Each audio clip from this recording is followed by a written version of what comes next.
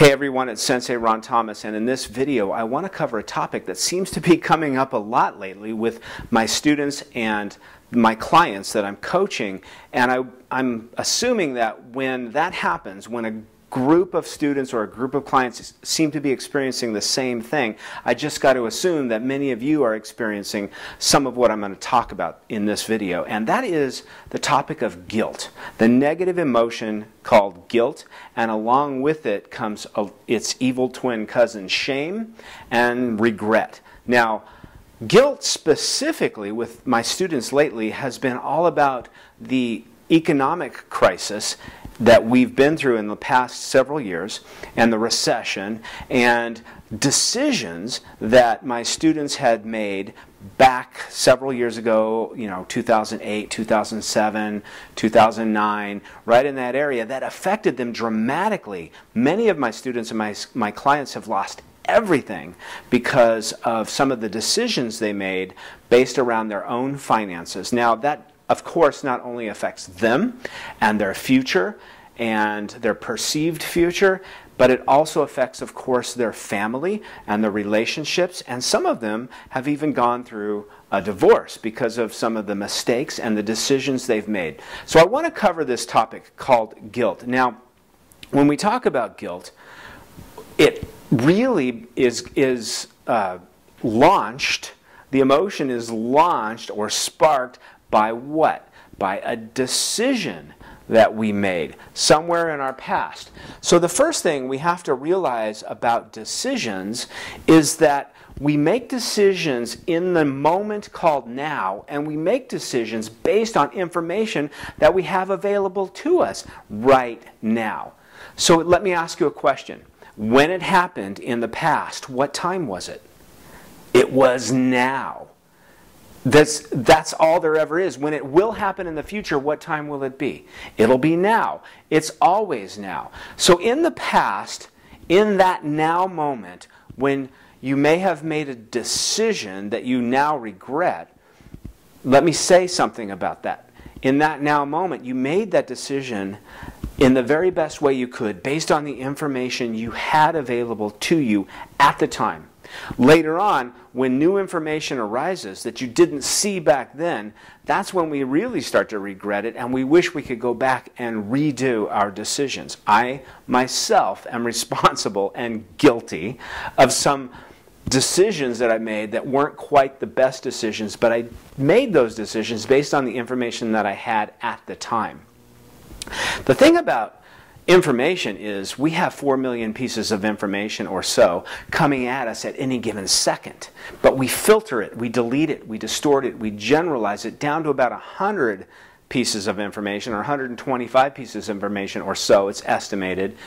And if we didn't have that capability, we'd go crazy. So we've got all of this information coming at us through our senses, through our sight, through our smell, through our taste, through our own inner thoughts, through what we are seeing, what we're hearing. But we delete it. We miss it. That's why you can have 3 people be a witness to a crime, and you'll have 3 different stories about what actually happened, because we delete, distort, and generalize information. Now, that means that all decisions from our past are up for renegotiation, because we're missing a lot of information all the time, but we're making decisions based on the information we think we have. But we have to realize we're missing the majority of the information that's available to us. So if we were able to transport ourselves back in time, we realize that if we would have seen what we now see, we wouldn't have made that same decision. So just understand that decisions we made in the past are, of course, renegotiable all the time. Now, that, of course, leads to action. When we make a decision, it leads to specific actions, and these actions lead to results, and these are the results that affect and impact our lives and perhaps the lives of others. And this is where regret comes in. We regret some of the actions we take based on decisions we make. All right, cool, good enough, we understand that. But now, of course, those results lead to what we're really talking about here: guilt and shame and, of course, regret. But guilt is a heavy burden. It's such a heavy burden that in my world, in the world of what I do and what I coach on, we recognize that the mind and the body are one system.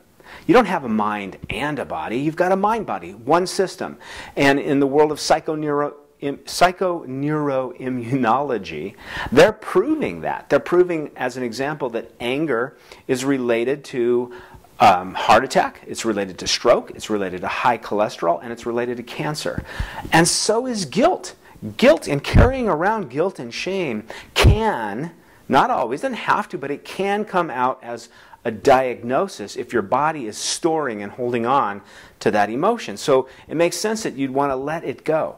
Here's the thing about guilt. What happens in society when we find somebody guilty? What do? We punish them, right? We punish them and we send them to what? The Department of Corrections. Why? Because what we're attempting to do in society is when somebody breaks a law or harms someone else, we attempt to punish them, number one, and number two, make a wrong into a right by correcting them, correcting the situation. In other words, if we send somebody away to jail, they've paid their sentence, that somehow makes what they did a right because they paid their dues for that sentence, right? We all know the failure of the Department of Corrections. Here's the thing, though. What happens is, with ourselves, is we send ourselves to jail. And we pay the price in an attempt to make our wrong decision into a right and correct what we did. We unconsciously hold ourselves accountable and stick ourselves in jail. The problem is we never let ourselves out. At least with criminals, there's a, if it's not a life sentence, there's a defined time when we can finally say, well, you've paid 20 years of your life and that's good enough, and now you paid the price, and the guilt, the decision and the action you took is now a right. We're forgiven it. We're gonna forgive that, right? But with ourselves, we don't do that. We give ourselves a life sentence automatically, and we beat the crap out of ourselves. But what I want you to recognize, that's how we self-punish, but what I want you to recognize is that maybe it's just time you let yourself out. Maybe you've paid the price. Maybe the wrong can be made into a right in a better way. So if you've made decisions in the past that affected your family, how about if you were to go out there in your future and I'm talking about financial decisions now. How about if you were to go out there into your future and double and triple your income and make more money than you've ever made in your life? How about if you were to explode your business? How about if you were to use your creative capacities and talents and really go out and correct the wrong that you made in the past and really explode your finances so that you don't have to have anxiety attached to your guilt as you go forward? Because many of my clients are now worried about their retirement, they're worried about their future, and anxiety and guilt, this is a recipe for self-abuse, it's a recipe for low self-esteem, low self-worth. So listen, forgive yourself, right? And that's, of course, the last place we want to get to, because once we can make a wrong into a right, we can come to a place of forgiveness. Now, there's more that I could say about the topic of guilt, but I just wanted to give you these tidbits on what happens largely unconsciously with ourselves when it comes to negative emotions like guilt. There's a reason I wrote the book Positive Thinking is for Sissies, because lots of times, positive thinking is fine, by the way. It's a good thing, but it's for sissies, because mastering guilt, when it's mastering you, reversing that equation where you become the master over your negative emotions like guilt, that's not for sissies, that's for warriors. It's tough stuff. You can't positive think your way out of some of the decisions you've made. You can't positive think your way out of some of the regrets you have and the guilt you hold. But releasing that guilt and coming to a place of forgiveness and making a wrong into a right in the right way that serves you and everyone else involved, and maybe people you don't even know, this is the way to handle and reverse some of the decisions you've made in the past going forward into your future. There's more, obviously, to this topic, but I just wanted to give you these tidbits. I hope it helps. I'll see you on the next post. Peace.